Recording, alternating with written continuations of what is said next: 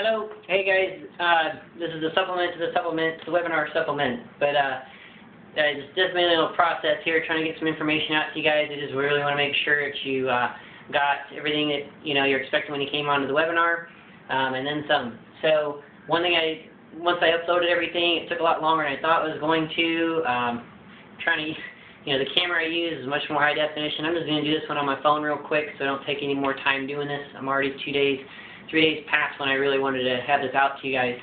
So the one part that wasn't in that video was about Highway 306. So I really wanted to cover that because that's towards the end of the event, and that's where people ask some questions about what do I do to have enough left for Highway 306. So that's where the big climb is. If you guys haven't pre-ridden the course, make sure you get out there and do so you have a chance to kind of practice some of this. And if you can ride with your teammates, the best thing that you can do. So one of the things to understand is your heart rate. I showed you on that graph on the other one about how keeping a steady heart rate throughout the whole thing. Now on a shorter event, that's what's going to happen. When you start talking over an hour or getting to an hour and over, your heart rate's going to climb throughout the event. That's what felt crummy in the beginning when you before you even hit down into River Road, and what you feel later is not going to feel the same in your legs as your body opens up and your heart rate starts to get a little bit higher and drifts as the time goes on. So kind of, again, it's about being really aware of what's going on. When you guys are trading places and putting in an effort, there's not a whole lot of looking around going on. It should just be on what can I do to squeeze out just that little bit more out of my pace. So all I remember when riding with Nathan was every time I came through on my pull, I thought that was going to be my last pull, and then he'd come through and I'd get just enough recovery to come through again.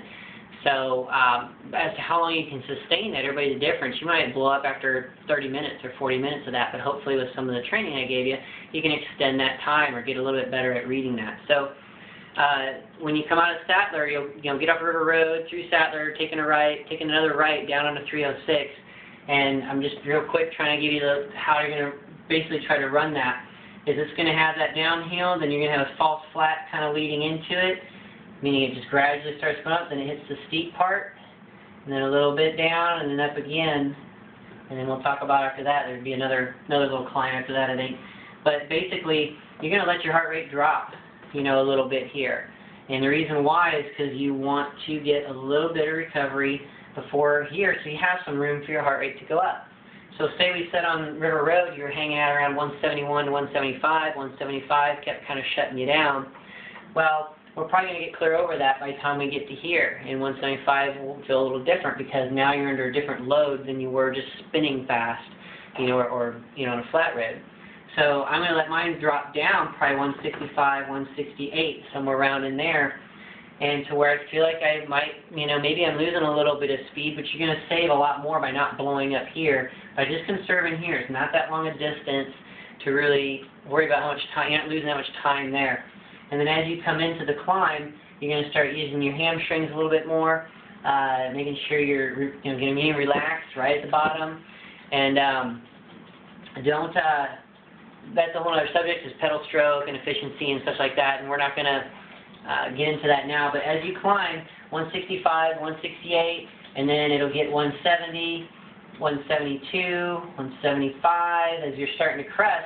Now, you remember we were talking about the heart rate monitor, changing or reacting to effort done. So, you're going to sense it by the time you crest here. It's just like running up a flight of steps. You run up a flight of steps, and then you're standing there still, and the heart rate's still kind of going up.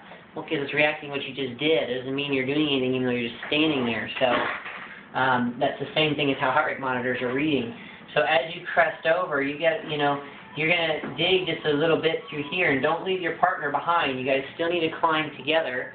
And schools of thought on this is putting the fast guy up front so that, he controls the pace, and the guy behind has to try to hang on. The problem is if there's bad communication and the guy up front just keeps hammering along and his teammate's just gone. You're losing so much time just waiting for him that you could have got dragging him over the top if he stayed with you, and you guys would have got back into a steadier rhythm much quicker. So other thoughts would say put the slower guy up front. Problem with this is we really don't know if that slow guy is pushing himself quite as hard as he really could when he's in control of going up the hill. It's just human nature, is not push yourself quite into that zone. So go ahead and I'd suggest having the faster guy or whoever is leading up the climb. If the guy behind starts to feel like that pace push, go around him slowly, no surges, and just continue your rhythm going up. As you crest over, you're going to get a little reprieve in the legs, and then you crest up, going up again, and so that heart rate never really probably gets a chance to drop. It's going to stay that way for a few minutes, and that's what those efforts are supposed to help you do, is start sustaining those efforts, being able to sustain them for a little bit longer period of time. And then as you crest over the hill, you're going to do, it's kind of like extending your climb, as you head over the hill. So don't go to over the hill and then immediately throw it in like your hardest gear and start mashing the gear up and over. Just shift 1, pick your cadence up, shift 2, pick your cadence up.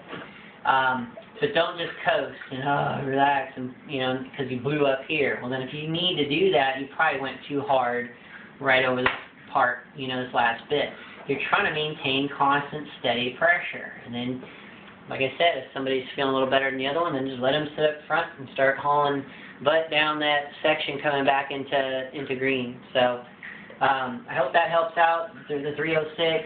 I'm sure I'm forgetting something, but just referring back to that first one, just make sure you take advantage of some time that you can spend with me and some of the other questions about nutrition and things like that that I just can't get into in this.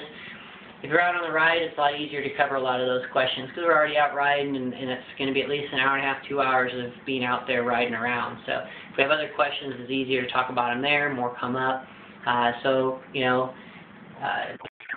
Video was in on the previous video, and get back with me, Chris Arhus, at the email that you guys got this from. So that's all. Have a good night. Are you going to post about the pricing?